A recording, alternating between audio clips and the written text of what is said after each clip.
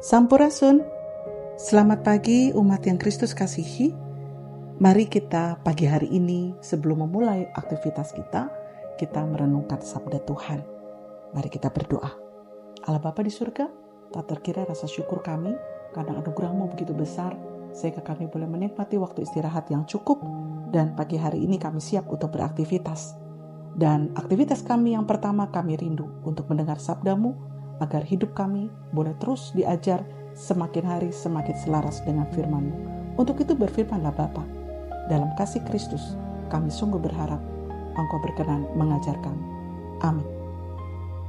Pembacaan Alkitab di hari Jumat 12 Juni 2026 ini diambil dari Injil menurut Lukas pasal 14 ayat 12 sampai 14. Firman Tuhan berbunyi demikian.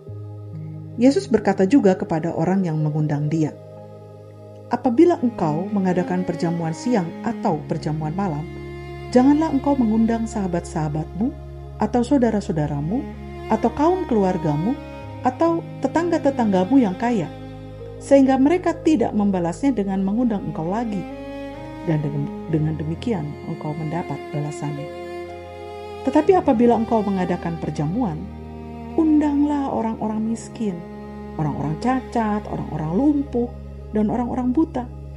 Engkau akan berbahagia karena mereka tidak mempunyai apa-apa untuk membalasnya kepadamu. Sebab engkau akan mendapat balasannya pada hari kebangkitan orang-orang benar."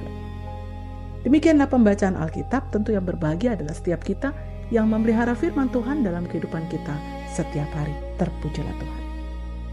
Tema pada renungan pagi hari ini berjudul motivasi memberi. Umat Tuhan, ada berbagai motivasi orang dalam memberi. Pertama, seseorang dapat saja memberi karena dia terdorong. Tapi terdorongnya karena dia merasa wajib untuk memberi. Dan kalau tidak dilakukan akan mendatangkan bencana. Nah, banyak orang memberi persembahan pun dengan motif seperti ini. Sehingga ia memberi tanpa dilandasi kasih. Justru malah takut dihukum. Suatu persembahan yang tentunya tidak berkenan di hadapan Tuhan. Yang kedua, seseorang pun bisa memberi dengan motivasi demi kepentingan dirinya saja. Dia memberi dengan berharap mendapat pahala. Pemberian atau tindakan apapun dengan motivasi seperti ini tentu sangat jauh dari sikap tanpa pamrih yang diteladankan Yesus melalui pengorbanannya di kayu salib. Dan yang ketiga, seseorang dapat juga memberi agar dia dipandang sebagai orang yang hebat, orang yang berjasa, orang yang berkuasa. Dan motivasi ini dapat dikategorikan sebagai perbuatan yang kejam. Tindakan dengan motif seperti ini lebih melukai si penerima daripada tidak melakukannya sama sekali.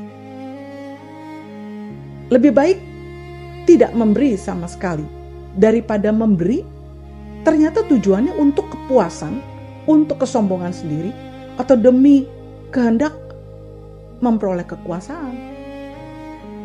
Orang Yahudi punya peribahasa yang bila diterjemahkan tuh jadi seperti ini. Jenis pemberian atau tindakan yang terbaik adalah kalau si pemberi tidak tahu kepada siapa pemberiannya itu diberikan, dan si penerima tidak tahu juga dari mana ia menerima pemberian itu.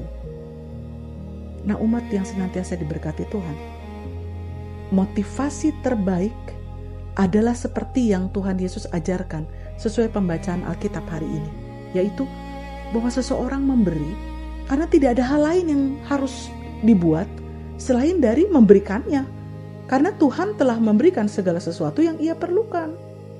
Tuhan sudah lebih dulu berbelas kasih, Tuhan sudah lebih dulu mencukupkan dirinya, maka dia kemudian mencukupkan juga sesamanya. Hukum Kristus menyatakan bahwa jikalau seseorang memberikan hanya untuk mendapat pahala, maka justru dia tidak akan mendapat apa-apa. Tapi jika seseorang memberi tanpa mengharapkan apa-apa, maka pahalanya jelas dan pasti, yaitu bahwa Allah akan memperhitungkannya. Lagi pula, ia memberi karena dia merasa sudah lebih dulu diberi oleh Tuhan. Jika ia memberi pertolongan pada sesama, semata-mata karena dia sadar dia pun sudah ditolong Tuhan. Jika ia memberi makan orang, semata-mata karena dia sudah diberi makan oleh Tuhan. Jika dia mengampuni sesamanya, semata-mata karena dia pun sudah diampuni Tuhan. Jika ia memberi persembahan berupa dana kepada Tuhan melalui gereja misalnya, itu semata-mata karena dia mensyukuri pemberian keselamatan dan berkat yang Tuhan Yesus sudah anugerahkan lebih dulu baginya. Demikian seterusnya. Dan dasar pemberian Allah itu hanya satu.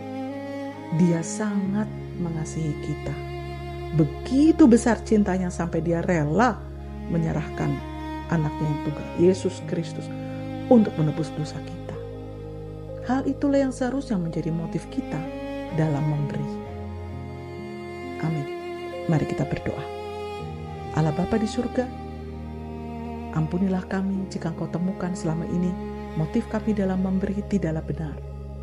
Tapi hari ini Engkau mengajar kami memberi semata-mata karena kami menyadari bahwa kami sudah lebih dulu diberi, khususnya keselamatan, berkat, warisan surgawi, dan apapun yang kami yakin terbaik pasti Engkau karuniakan bagi kami.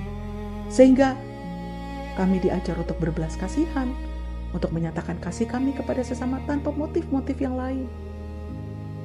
Sehingga sesama kami berbahagia melalui apa yang kami berikan. Untuk itu berkatilah kami Tuhan hari ini, supaya kami dapat mewujudkan firman Tuhan yang sudah kami dengar itu untuk menjadi berkat bagi sesama. Terima kasih Bapa, kami serahkan seluruh aktivitas kami hari ini kepadamu. Kiranya Tuhan dapat kami permuliakan terus melalui kata dan perbuatan kami. Terpujilah namamu Bapa, dalam Kristus Yesus kami berserah diri. Amin.